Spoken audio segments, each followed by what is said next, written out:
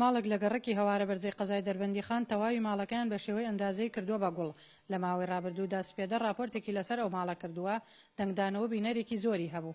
سپاس و پێزانینی کەناڵی سپێدەکەم بۆ یەکەم جار توانی بێتە ماڵمان و سەردانمان کە بەهۆی ئەو سروشتەوە کە دروستمان کردووە لەم خانووە قنجیلانە، دوای ئەوەی ئەو راپۆرتە بڵاوکراوە لە میدیای سپێدەوە و لە فەیسبوک، بەڕاستی خەڵکێکی زۆر بە درو دراوسێەوە بە خەڵکی ناوشار هەر هەمووی حەزیان کرد ئەو سروشتە جوانیە ببینین کە لە ماڵا دروستمان کردووە. سوپاسی پێزانین خۆمان بۆ ئەو بەڕێزانە کە توانیان ئەو راپۆرتە بۆ شۆ جوانە دروست بکەن و دای بەزێنن و هەموو کەسێک لە ئاسی خۆی هەستی بەوە کرد کە ئەم ماڵە سەرنج و تێڕوانینی خۆی هەیە لە بەرامبەر گوڵ و سەوزایی.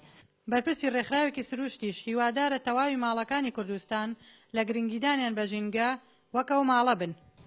دیارە لە دوایەوەی کە لە ڕێگەی کەناڵی سپێدەوە ئەو راپۆرتەمان بینی لەسەر ماڵی کاگالی ماڵێک لە گۆڵ، ئێمە کوڕێکخراوەکەمان باشمان زانی کە سەردانی ئەو ماڵەیە بکەین و وەکو ڕێکخراوی سروشتی کوردستان بڕوانامی ڕێزدەرانمان پێبەخشین لە پێناو ئەوەی کە بێ بەهاندانێک بۆ ئەوی بایەخی زیاتر بدەن بە گۆڵ و خەڵکانێکی شەبن چاو لەم ماڵە بکەن.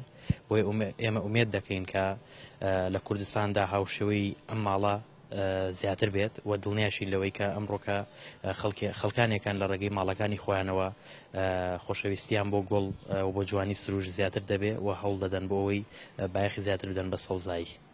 سروشتی جوانی ئەم ماڵە سیمایەکی جیاوازی بە دەوروبەرەکەیان بەخشیوە.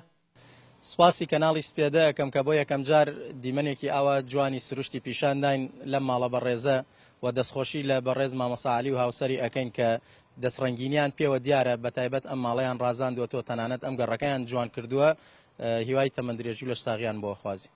بۆ جاری دووەم سپێدە لەگەڵ ڕێکخراوی سروشتی کوردستان سەردانی ئەو ماڵەیان کردو لە بەرامبەر گرنگیدانیان بە ژینگە خەڵاتی ڕێزلێنانیان پێبەخشرا. ماڵێک لە گوڵ سیمایەک لە جوانی راپۆرتێکی کەناڵی سپێدە بوو، سەلیقەی و لێهاتووی خێزانێکی پیشاندا کە بە شێوەیەکی ئەندازەی ماڵەکەی بە گوڵی سروشتی ڕازاندوێتەوە لەگەڵ بینینی سەدای خۆی هەبوو لە پیشاندانی سروشتدا. هەدیبە ئەحمەد، کەناڵی سپێدە، دەربەندی خان.